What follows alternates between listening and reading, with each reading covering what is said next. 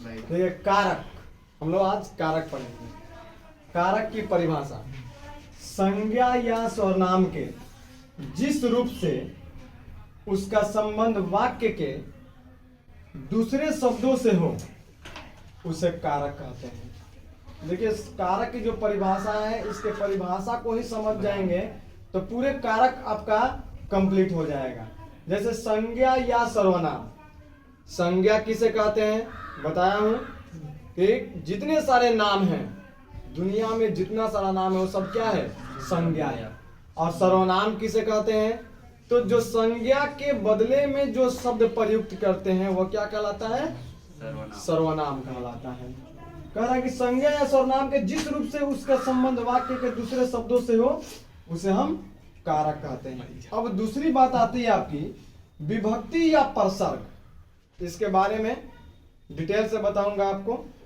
विभक्ति या परसर्ग, यहाँ पर इसके बारे में थोड़ा बहुत हम लोग जानेंगे कि कारक के जो चिन्ह होते हैं ना, कारक के चिन्हों को विभक्ति या परसर्ग कहते हैं। आ सकता है एग्जाम में कि कारक के चिन्हों को क्या कहते हैं, तो ऑप्शन में कहीं ना कहीं विभक्ति या परसर्ग लिखा रहेगा। ठीक है। तीसरा स्टेप देखिए, कह रहा है कि हिंदी में कारक के 8 भेद हैं। हिंदी में कारक के कितने भेद हैं, 8 भेद हैं। तो ऑप्शनल क्वेश्चन आ रहा है, ऑब्जेक्टिव क्वेश्चन आ रहा है प्रत्येक एग्जाम में, चाहे वो आपका इंटर का 12th का एग्जाम हो, 10th का एग्जाम हो, या बड़ा से बड़ा कोई कॉम्पिटिटिव लेवल का एग्जाम हो, सब में अधिकतर क्वेश्चन ऑब्जेक्टिव आ रहे हैं। तो अभी हिंदी में कारक के 8 भेद हैं, ये जो यहाँ बताया गया। इससे क्वेश्चन कैसे आ सकता है, आ सकता है कि हिंदी में कारक के कितने भेद हैं, तो ऑप्शन में कहीं ना कहीं आपका लिखा रहेगा 8। हिंदी में कारक के कितने भेद, तो 8 भेद। ठीक है। आगे हम लोग जानेंगे कि जो हिंदी में कारक के 8 भेद हैं वे कौन कौन से हैं। हिंदी में कारक के 8 भेद कौन कौन से हैं। ठीक है। कारक के 8 भेद होते हैं। हिंदी में कारक के कितने भेद होते हैं, 8 भेद। अब उन 8 भेदों को, यानी कारक के भेद और उनके चिन्ह, कारक के भेद और उनके चिन्ह, देखिए कारक के भेद हैं, ये आपके 8 हैं, 1 2 3 4 5 6 7 8। और ये उनके चिन्ह हैं जिनको मैंने पहले ही बताया है कि जो कारक के जो चिन्ह होते हैं उनको परसर्ग कहा जाता है। क्या कहा जाता है, परसर्ग। अब आते हैं जो चिन्ह है कारक के, पहला है कर्ता।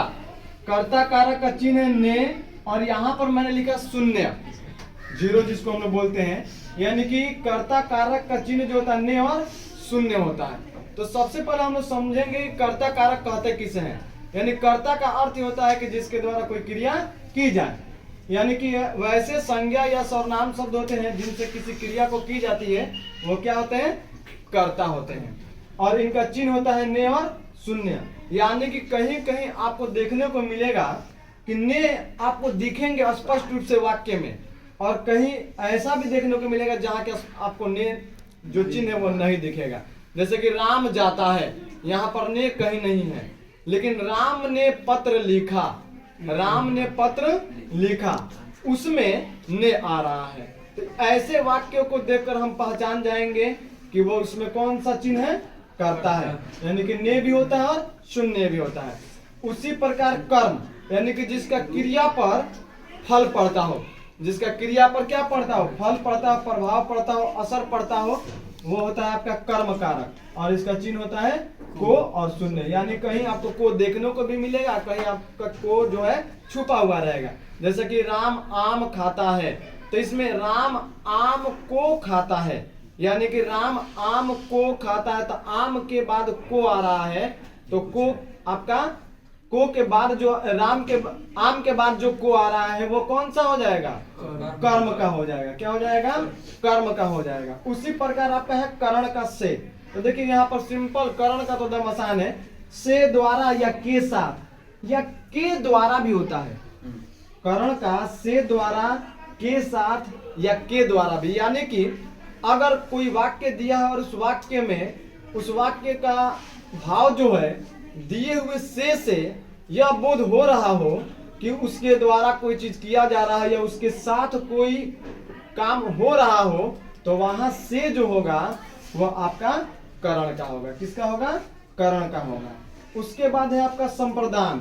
संप्रदान को के लिए, यानी कि किसी के लिए कोई चीज हो या किसी को कोई दान में चीज दिया जाए तो उस अर्थ में आपका संप्रदान का को और के लिए होता है।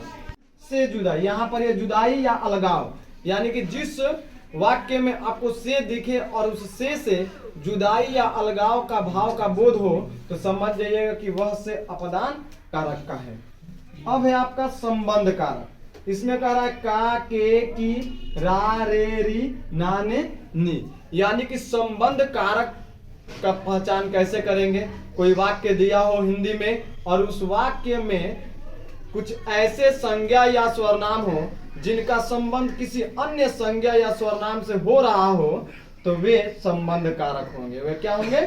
संबंध कारक होंगे। और ये चिन्ह हमेशा याद रखिएगा, ये संबंध कारक के चिन्ह है। जैसे हमारा, हमारे, हमारी, मेरा, मेरे, मेरी, ये कैसा शब्द है? तो संबंध कारक से संबंधित है। अपना, अपने, अपनी, उसका, उसके, उसकी। अब है अधिकरण। अधिकरण है में, पे, पर। में, पे, पर, यानी कि यह जो इस अधिकरण में होता क्या है कि क्रिया जो होता है किसी पर आश्रित होता है या किसी पर आधारित होता है। जैसे अगर मैं कह दूं कि पेड़ पर चिड़िया बैठी है, तो पेड़ पर चिड़िया बैठी है तो चिड़िया का बैठने का जो बैठना जो क्रिया वो किस पर आधारित है? तो पेड़ पर। तो ये क्रिया किसी पर क्या हो? आश्रित हो, तो यहां से वह कौन सा कारक हो जाएगा? अधिकरण कारक। और उसका चिन्ह होता है में, पे, पर। और आपका अंतिम है संबोधन कारक। देखिए संबोधन कारक में हे, ओ, अरे, किसी को पुकारने के अर्थ में, किसी को संबोधित करने के अर्थ में हम संबोधन कारक का प्रयोग करते हैं। तो जहां भी वाक्य में ऐसा हो, हे राम, अरे भाई भाई इधर सुनो, ऐसा अगर हो तो समझ जाइएगा कि वह कौन सा कारक है? संबोधन कारक है। अर्थात अब यहाँ पे हम आते हैं कि कारक के कितने भेद? 8 भेद और उनके ये चिन्ह। आपको एकदम क्लियर हो गया? ठीक है।